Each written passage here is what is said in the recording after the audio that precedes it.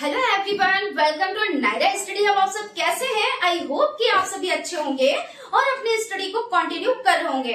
Friends, आज के video lecture में हम बात करने वाले हैं जो आपका सब्जेक्ट हो जाता है शिक्षण अधिगम के सिद्धांत। इसके बारे में डिस्कस करेंगे। फिर जिस तरह से रोज करते हैं कि पहले थोड़ा कुछ डिस्कस कर लेते हैं, कुछ महत्वपूर्ण बिंदुओं पर डिस्कस करते हैं, उसके बाद सीरीज की तरफ चलते हैं। तो इसी तरह से इस सब्जेक्ट में भी यही करेंगे। पहले हम कुछ पॉइंट्स को डिस्कस करेंगे, उसके बाद सीरीज की तरफ चलेंगे। अगर अभी तक आप लोगों ने चैनल को सब्सक्राइब नहीं किया है तो प्लीज सब्सक्राइब कर लीजिएगा और बेल आइकन को भी जरूर प्रेस कर लीजिएगा, क्योंकि हर एक चीज आप लोगों के लिए इम्पोर्टेंट हो जाती है। और इम्पोर्टेंट चीजों के लिए आपको क्या करना रहेगा भाई, चीजें आपको प्राप्त होनी चाहिए। और प्राप्ति कैसे होंगी? तो सब्सक्राइब करने से, और लाइक भी आप लोग जरूर कीजिएगा अगर सेशन अच्छा लगे तो। और हो सके तो अपने 5 फ्रेंड्स में वीडियो जरूर शेयर कीजिएगा, क्योंकि क्या होता है कि अपना तो भला होना ही चाहिए, प्लस साथ में अपनों का भी भला होना चाहिए, तो उनकी भी तैयारी अच्छे से हो पाएगी। ठीक है ना? तो सबसे पहले आज हम डिस्कस कर लेते हैं शिक्षण अधिगम के सिद्धांत का जो पॉइंट है कि हम ये इसमें क्या क्या चीजें पढ़ेंगे। तो भाई जाहिर सी बात है कि बच्चे के बारे में पढ़ेंगे, बच्चे को हमको शिक्षा कैसे देनी है, किन किन चीजों का ख्याल रखना है, इन सभी चीजों पर डिस्कस करेंगे। तो सबसे पहले बात करते हैं कि अब जो शिक्षा है वो कैसी है। तो शिक्षा बाल केंद्रित है, यानी बच्चा जो कुछ भी है वो बच्चा ही है, यानी सर्वे सर्वा कौन है? तो बच्चा ही है। पहले क्या था कि बच्चे को शिक्षक पे डिपेंड रहना पड़ता था। भाई हम लोगों ने कैसे स्टडी की, हम लोगों ने कैसे पढ़ाई की, हम लोगों ने कैसे शिक्षा ग्रहण की, आप सभी को पता है कि भाई शिक्षक ने जो बताया कि ये सब्जेक्ट पढ़ना है तो वो सब्जेक्ट पढ़ना है, ठीक है, इस तरह से पढ़ना तो उस तरह से पढ़ना है। जिस तरह से हमारे शिक्षक ने बताया हमने उस तरह से पढ़ा, बहुत अच्छे से पढ़ाया गया। ऐसा नहीं है कि वो नियम गलत थे, वो तरीके गलत थे। अगर तरीके गलत होते तो ये रिजल्ट सामने नहीं होता जो आप रिजल्ट देख रहे हैं, है ना भाई। आप भी आज शिक्षक बनने की तैयारी कर रहे हैं और हम भी आपको पढ़ा रहे हैं, तो अच्छाई ना होती, बुराई होती, तो आज हम लोग यहाँ पे कहाँ होते, है ना। लेकिन अब की जो प्रक्रिया है वो कैसी प्रक्रिया है? वो बाल केंद्रित है, वो भी बेस्ट है और पहले वाली भी बेस्ट थी, है ना।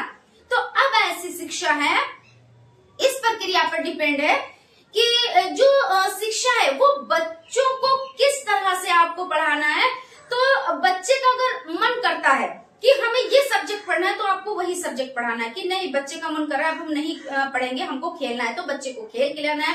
अगर बच्चा कह दे कि हमें अब ड्राइंग बनानी है तो बच्चे को आप ड्राइंग बनवाएंगे। यानी जो कुछ भी है वो बच्चा ही है, सर्वे सर्वा बच्चा ही है। आप देखिए क्या करेंगे, अगर ना तो आप बच्चे को डांट सकते हैं, ना मार सकते हैं, ना आग दिखा सकते हैं, है ना। बच्चे पर ही आपको निर्भर है ना। आप क्या है? आप एक पाड़ है, ढांचा है, यानी आप क्या है? इसके फोल्डिंग, यानी आप सहारा देंगे। जैसे बच्चा कोई वर्क कर रहा है, ठीक है, तो जब बच्चा वर्क कर रहा है उसको भी आपको बिल्कुल ये नहीं बताना कि आप ऐसे वर्क कर लो खत्म हो गया, ये या तुमको कोई क्वेश्चन नहीं आ रहा है तो लो ये हमने बता दिया है और ये हो गया, ऐसा नहीं। आप उसको बीच में रखना है। आपको क्या बताना है? जैसे मान लीजिए कोई मैथ का वो क्वेश्चन सॉल्व कर रहा है, तो फर्स्ट स्टेप उसको आ रहा है, सेकंड स्टेप नहीं आ रहा है, तो आप उसको नहीं बताएंगे, सिर्फ आप उसको हिंट करेंगे कि अगर इस तरह से किया जाए तो सोल्यूशन मिल जाएगा। तो बच्चे को क्या आपने हिंट किया और बच्चे ने खुद से करके सीखा। और जो चीज खुद से करके सीखी जाती है वो भविष्य में काम आती है। और उसी पे अगर हमने आपका वर्क कर दिया तो आपने क्या सीखा? कुछ भी नहीं सीखा। और जब सीखा नहीं तो भविष्य में आप करेंगे क्या, है ना। तो ये चीज हो जाती है। यानी आप किसका काम करेंगे? पाड़ या ढांचे का, यानी इसके फोल्डिंग का वर्क करेंगे, सिर्फ सहारा देंगे। जैसे आप साइकिल सीखी आपने, तो क्या हुआ भाई? दूसरे ने तो आपके लिए साइकिल नहीं सीखी और आपको कहा कि हम सीख गए अब तुम जाओ, ऐसा तो नहीं। आपको तरीका बताया कि इस तरह से आपको पैडल मारना है, इस तरह से हैंडल घुमाना है, इस तरह से बैठना है, सब कुछ किया। फिर एक टाइम आया जो पीछे की सीट पकड़ ली और आप बैठ के चले गए। आपको लगा कि पीछे से हमारी साइकिल को किसी ने पकड़ रखा है, लेकिन रियल में क्या, अब उसने पकड़ नहीं रखा है, जो आपको सिखा रहा था उसने सिर्फ सहारा दिया। तो सिर्फ आप बच्चे को सहारा दे, ना कि बिल्कुल उसी के पीछे लगे रहे। नहीं, तुमको जैसे मैं बता रहा हूँ या मैं बता रही हूँ नहीं वैसे ही वर्क करना है, तो वो चीज गलत हो जाती है। ठीक है, तो यही चीज चीजों पर हम डिस्कस करेंगे कि शिक्षण अधिगम में हमको बच्चों को किस तरह से शिक्षा देनी है। दूसरी बात यहाँ पे ये हो जाती है कि बच्चों के लिए जो किंडरगार्टन यानी केजी जो स्कूल होते हैं और उसमें क्या होता है कि बच्चे को क्या समझा जाता है, भाई बच्चे को फूल समझा जाता है और शिक्षक को माली समझा जाता है। माली को पता होता है कि पौधे को हमको कब पानी देना है, कब खाद देनी है, कितनी खाद देनी है, ये सभी चीजें माली जानता है, ठीक है। तो सिर्फ क्या है कि बच्चा क्या है, बच्चे को आपको फूल की तरह रखना है। ऐसा नहीं है कि उसको मारना है, डांटना है, आंख दिखानी नहीं है, तुमने ये नहीं आज होमवर्क नहीं किया है तो इसके लिए तुमको सजा मिलेगी, पनिशमेंट मिलेगी, क्लास से बाहर तुमको कर दिया जाएगा, है ना, या घर में शिकायत करी जाएगी। भाई ये जो जितनी शिकायत वाला मामला हो गया, ठीक है, मम्मी पापा से शिकायत करेंगे, भाई मम्मी पापा ने आप स्कूल में बच्चे को भेजा है, ऐसा तो है नहीं कि अगर वही सारी चीजें कर लेंगे तो स्कूल में क्यों भेजेंगे, है ना। तो कहने का मतलब यह है कि आपको शिकायत भी नहीं करनी है, बच्चे का मिजाज आपको जानना है, बच्चे को समझना है और फिर आपको उस पर वर्क करना है। यानी बच्चा जैसे सीख पा रहा है उसको आप उस तरह से सिखाएं। यानी कुछ बच्चे ऐसे होते हैं भाई 30 से 35 बच्चे क्लास में होते हैं, शिक्षक कितने होते हैं, एक होता है। भाई एक सब्जेक्ट जब होगा तो पीरियड लगेंगे, तो इसमें क्या होता है एक शिक्षक ही तो होता है ना। तो 30 से 35 बच्चों को क्या आप एक जैसी शिक्षा दे पाते हैं? भाई आपने तो एक ही जैसा पढ़ाया, लेकिन कुछ बच्चों को ज्यादा समझ में आ जाता है, कुछ को कम समझ में आता है, कुछ को बहुत ही कम समझ में आता है और कुछ को बहुत ही ज्यादा समझ में आता है। और जिनको बहुत ही ज्यादा समझ में आता है वो कौन से बच्चे कहलाते हैं? वो प्रतिभाशाली बच्चे कहलाते हैं। जिनको बहुत ही कम समझ में आता है वो बच्चे कौन कहलाते हैं? तो वो मंदबुद्धि बच्चे कहलाते हैं, है ना। तो इनकी आपको पहचान करनी है कि बच्चे में प्रॉब्लम कहाँ पे है और हमको बच्चों को किस तरह से चीजें समझानी है। तो ये तो आप ही को सब देखना है, ठीक है। तो इस तरह से इन सभी चीजों पर हम डिटेल में डिस्कस करेंगे और उसके बाद ये भी चीजें देखेंगे कि बच्चे को हमें शिक्षा देनी कैसे है। और जैसे उपचारात्मक शिक्षा हो जाती है, निदानात्मक शिक्षा हो जाती है, इन सभी चीजों पर हम लोग डिस्कस करते हुए चलेंगे। और जैसे किसी ने कुछ लोग हैं जैसे मान लीजिए जॉन डीवी हो गए, इन्होंने शिक्षा को क्या माना? त्रिमुखी शिक्षा माना। त्रिमुखी शिक्षा कैसे माना? मोस्ट इम्पोर्टेंट क्वेश्चन हो जाता है। जॉन डीवी जी ने क्या माना है कि त्रिमुखी प्रक्रिया माना है। कैसे? शिक्षक है, बच्चा है और एक पाठ्यक्रम है ना, एक निश्चित पाठ्यक्रम है। भाई ऐसे ही तो पढ़ते हैं ना कि भाई हमको पढ़ाने वाला कौन? शिक्षक और हम स्टूडेंट, है ना। और उसमें एक निश्चित पाठ्यक्रम है, तो ये भी जरूरी है। कुछ लोगों ने द्विध्रुवी माना है कि भाई शिक्षक है और स्टूडेंट है, शिक्षक है और छात्र है। लेकिन जो पाठ्यक्रम वाली प्रक्रिया है ये भी अच्छी है, क्योंकि बिना पाठ्यक्रम के कैसे आप पढ़ेंगे। लेकिन ऐसा भी होता है कि जो छोटे बच्चों को शिक्षा दी जाती है वो कैसे दी जाती है? तो जरूरी नहीं है कि आप निश्चित सिलेबस रखें, है ना, क्योंकि आप जब छोटे बच्चे को पढ़ा रहे हैं तो वार्तालाप करके, कहानी करके, कविता करके, इस तरह से आप बच्चों को सिखा सकते हैं। तो इन्हीं सब चीजों पर हम डिटेल में डिस्कस करेंगे और जो सीरीज है उसके क्वेश्चंस को कंटिन्यू करेंगे, जो आपके बहुविकल्पी टाइप क्वेश्चंस हो जाते हैं। सो आप लोग वीडियो में लास्ट तक बने रहिएगा और वीडियो को बिल्कुल भी स्किप ना कीजिएगा, क्योंकि हर एक चीज आप लोगों के लिए इम्पोर्टेंट हो जाती है। तो चलते हैं सीरीज की तरफ और क्वेश्चंस देखते हैं। चलिए स्टार्ट करते हैं आज के सीरीज का फर्स्ट नंबर क्वेश्चन हो जाता है, शिक्षण एक त्रिध्रुवी प्रक्रिया है। ये कथन किसका है? जॉनसन का है, एडम्स का है, B.S. ब्लूम का है या जॉन डीवी का है? तो इसमें आपका जो राइट आंसर हो जाता है वो हो जाता है जॉन डीवी, यानी कि द ऑप्शन राइट हो जाता है। नेक्स्ट क्वेश्चन की तरफ चलते हैं। क्वेश्चन है, किस शिक्षा शास्त्री ने शिक्षा को संपूर्ण जीवन माना है? टीपी नन ने, स्पेंसर ने, जॉन लॉक ने, आदि शंकराचार्य ने। तो इसमें आंसर की तरफ चलते हैं। आंसर हो जाता है स्पेंसर ने, यानी किस शिक्षा शास्त्री ने शिक्षा को संपूर्ण जीवन माना है? तो स्पेंसर ने माना है। संप्रेषण शब्द का लैटिन वर्ड कम्युनिस का आशय है, क्या है? सामान्य, असामान्य, उपयोगी, आदान प्रदान। तो संप्रेषण यानी कि कम्युनिकेशन, तो ये आपका जो हो जाता है वो अंग्रेजी के कॉमन शब्द से बना हुआ है, जिसकी उत्पत्ति कहाँ से हुई है? तो जिसकी उत्पत्ति लैटिन शब्द कम्युनिस्ट से हुई है और जिसका शाब्दिक अर्थ क्या हो जाता है, तो एक समान। तो जब एक समान हो जाता है तो यहाँ पे सामान्य यानी ऑप्शन आपका राइट हो जाता है।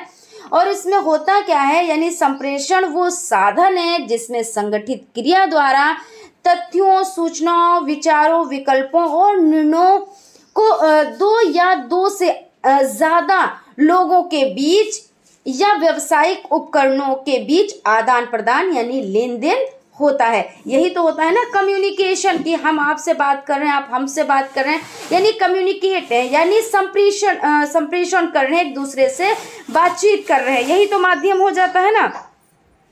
उसके बाद नेक्स्ट आपका हो जाता है संप्रेषण शब्द का लैटिन वर्ड कम्युनिस का आशय है। तो यहाँ पे यही अभी तो हम लोग ये देख चुके हैं, तो सामान्य हो जाता है। और संप्रेषण के तत्व हैं तो संदेश, माध्यम, स्रोत, उपर्युक्त सभी, ये राइट आंसर हो जाता है। पूर्ण से अंश की ओर शिक्षण सूत्र किस सिद्धांत पर आधारित है, तो पुनर्बलन सिद्धांत, क्रिया प्रसूत सिद्धांत, गेस्टाल्ट सिद्धांत या उद्दीपन अनुक्रिया सिद्धांत। तो इसमें गेस्टाल्ट सिद्धांत यानी कि आपका जो सा ऑप्शन है वो राइट हो जाता है। और गेस्टाल्ट सिद्धांत को व्यवहार मनोविज्ञान के रूप में भी जाना जाता है, जो इस विचार पर आधारित है कि सभी व्यवहार अनुबंधन के माध्यम से प्राप्त किए जाते हैं।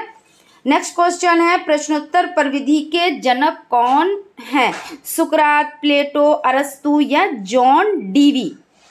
तो 6 नंबर का जो आपका हो जाता है वो हो जाता है सुकरात, यानी जो प्रश्नोत्तर आपका हो जाता है प्रश्नोत्तर प्रविधि के जनक कौन है, तो सुकरात हो जाते हैं।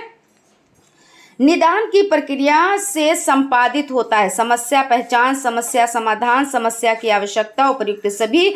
तो इसमें क्या होता है, निदान का मतलब क्या होता है, डायग्नोस्ट करना, यानी कोई प्रॉब्लम हो गई है तो पहले उसकी पहचान करना, उसको निदान कहते हैं। और जो आपकी प्रॉब्लम पर जो चीज़ें यूज़ की जाती है, यानी आपकी तबीयत खराब है तो आपको मेडिसिन मिली, तो वो आपका उपचार हो जाता है। लेकिन कैसे आपको मेडिसिन मिली, यानी पहले आपकी जांच हुई, यानी डायग्नोस्ट हुआ, तो निदान। तो इसलिए समस्या पहचान होता है, ना कि समस्या समाधान। समस्या समाधान इसलिए नहीं होता क्योंकि वो उपचार में होता है।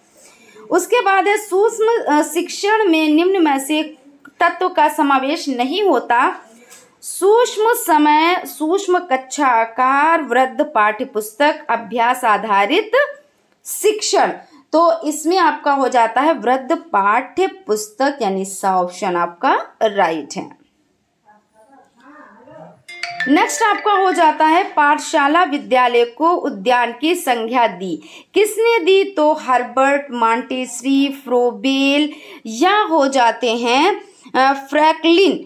तो आपका हो जाता है फ्रोबेल, यानी पाठशाला विद्यालय को उद्यान की संज्ञा किसने दी, तो फ्रोबेल ने दी। और फ्रोबेल पहले शिक्षा शास्त्री थे जिन्होंने खेल द्वारा शिक्षा देने की बात कही इनकी, और इसी वजह से इन्होंने ये बताया कि बालक खेल में अधिक रुचि लेता है। बिल्कुल सही बात है, क्योंकि बच्चों को खेल में अगर आप शिक्षा देंगे तो बच्चों को बोरिंग महसूस नहीं होगा, बच्चे खेल खेल में शिक्षा प्राप्त करेंगे और उनको ये भी नहीं लगेगा कि हम शिक्षा प्राप्त कर रहे हैं, उनको तो ये लगेगा कि हम खेल रहे हैं, है ना। तो ये हो जाता है। उसके बाद नेक्स्ट क्वेश्चन आपका है व्याख्यान विधि में छात्र बने रहते। तो व्याख्या मतलब बहुत विस्तार पूर्वक कोई चीज आपको बताई जाए तो आप कैसा फील करेंगे। तो अभी आप देखिए यहाँ पे ऑप्शन है, अभी आप खुद से आंसर कर पाएंगे।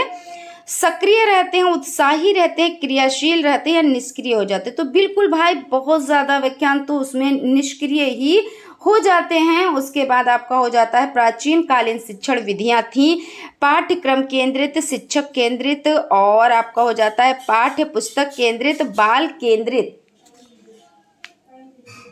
तो आपका जो आंसर हो जाता है तो उसमें देख लेते हैं, तो शिक्षक केंद्रित थी, है ना। अब कैसी शिक्षा है, तो बाल केंद्रित है, पहले कैसी थी, तो शिक्षक केंद्रित थी। उसके बाद है प्रस्तावना, प्रश्न का संबंध होता है विषय वस्तु से, पूर्व ज्ञान से, शिक्षक ज्ञान से, अर्ध श्रृंखलाबद्धता से, तो इसमें आंसर आपका हो जाता है पूर्व ज्ञान से, यानी प्रस्तावना का अंतिम प्रश्न समस्यात्मक होता है जिसका उत्तर सीधे उद्देश्य कथन से जुड़ा होता है। और यहाँ पे ऑप्शन आपका कौन सा राइट हो जाता है, तो बा ऑप्शन आपका राइट हो जाता है। बच्चों में कल्पना शक्ति का विकास किया जा सकता है समूह कार्य द्वारा, व्याख्यान द्वारा, कहानी द्वारा, प्रश्नोत्तर द्वारा। तो बच्चों में कल्पना शक्ति का विकास कैसे किया जा सकता है, तो क्या आप ये समझ रहे हैं यहाँ पे जो आपका द ऑप्शन है तो ये राइट है, तो ये राइट आपका नहीं है, क्योंकि प्रश्नोत्तर द्वारा जैसे हमने आपसे प्रश्न किया आपने आंसर दे दिया एक प्रश्न, और कभी कभी ऐसा भी होता है जो प्रश्न हमने आपसे किया वही प्रश्न आपको नहीं आ रहा है, ऐसा भी तो हो जाता है ना। तो इसमें कल्पना शक्ति का विकास कहाँ से हुआ, इसमें कल्पना शक्ति का विकास तो नहीं हुआ। अगर कहानी द्वारा आप बच्चों को सिखाएं तो बच्चों का क्या होगा, उसमें कल्पना शक्ति आएगी, तर्क शक्ति बढ़ेगी। बच्चे सोचेंगे, जैसे आपने चित्र दिखाया तो बच्चों ने क्या सोचा, अगर यहाँ पे ये चीज है और प्यासा कौवा है, अब देखिए कंकड़ लेके आया है, घड़े में डाल रहा है, तो ऐसे करके क्या है, तो उसमें क्या है, तर्क शक्ति, कल्पना शक्ति बढ़ रही है। तो द ऑप्शन ना होकर आपका सा ऑप्शन राइट है, ठीक है ना। उसके बाद है पाठ के प्रमुख तथ्यों को बार बार दोहराना किस शिक्षण सिद्धांत के अंतर्गत आता है, चयन का सिद्धांत, प्रेरणा का सिद्धांत, आवृत्ति का सिद्धांत, नियोजन का सिद्धांत। तो पाठ के प्रमुख तत्वों को बार बार दोहराना, तो बार बार दोहराना यानी आवृत्ति का सिद्धांत हो जाता है ना। पर्यटन विधि में यानी पर्यटन विधि से छात्रों में विकास होता है किसका, समय का सदुपयोग, मनोरंजकता, बौद्धिकता, निरीक्षण या अवलोकन। तो निरीक्षण या अवलोकन हो जाता है और यहाँ पे द ऑप्शन राइट है। ब्लूम के अनुसार शिक्षण के उद्देश्य ज्ञानात्मक उद्देश्य, भावात्मक उद्देश्य, क्रियात्मक उद्देश्य या उपर्युक्त सभी। तो इसमें आपका उपर्युक्त सभी यानी द ऑप्शन आपका राइट है। साविद्या या विमुक्तीय शिक्षा का उद्देश्य किस विचारधारा का मानना है, आदर्शवादी, प्रकृतिवादी, प्रयोजनवादी, अस्तित्ववादी। तो यहाँ पे आपका हो जाता है साविद्या या विमुक्ति यानी वास्तविक शिक्षा वही होती है जो मुक्ति का मार्ग प्रदान करे, यानी आपका जो ऑप्शन राइट है वो आपका आदर्शवादी यानी साविद्या या विमुक्ति शिक्षा का उद्देश्य किस विचारधारा का मानना है, तो आदर्शवादी।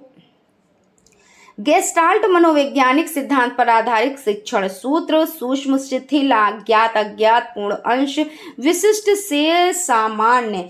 तो आंसर आपका हो जाता है पूर्ण से अंश हो जाता है, यानी कि सा ऑप्शन आपका राइट हो जाता है, ठीक है ना। फ्रेंड्स लाइक और सब्सक्राइब आप लोग करते रहें। शिक्षण एक त्रिमुखी प्रक्रिया है किसका कथन है, जॉन डीवी का, एडम्स का, रेमंड का, एडरसन का। तो आप शिक्षण त्रिमुखी प्रक्रिया है तो जॉन डीवी हो जाते हैं इसमें। और जॉन डीवी ने त्रिमुखी प्रक्रिया कैसे माना है तो आप समझ लें, तो जॉन डीवी ने शिक्षा को त्रिमुखी या त्रिभुवी प्रक्रिया माना है। और इसके अनुसार क्या है, शिक्षा के 3 प्रमुख अंग हो जाते हैं। वो अंग कौन कौन से हो जाते हैं, तो शिक्षार्थी या बालक है ना, भाई बालक ही नहीं होगा तो शिक्षा देंगे किसको, शिक्षा के लिए निर्धारित पाठ्यक्रम और शिक्षक है ना। कुछ लोगों ने क्या माना है, बालक और शिक्षक को माना है, पाठ्यक्रम को नहीं माना है।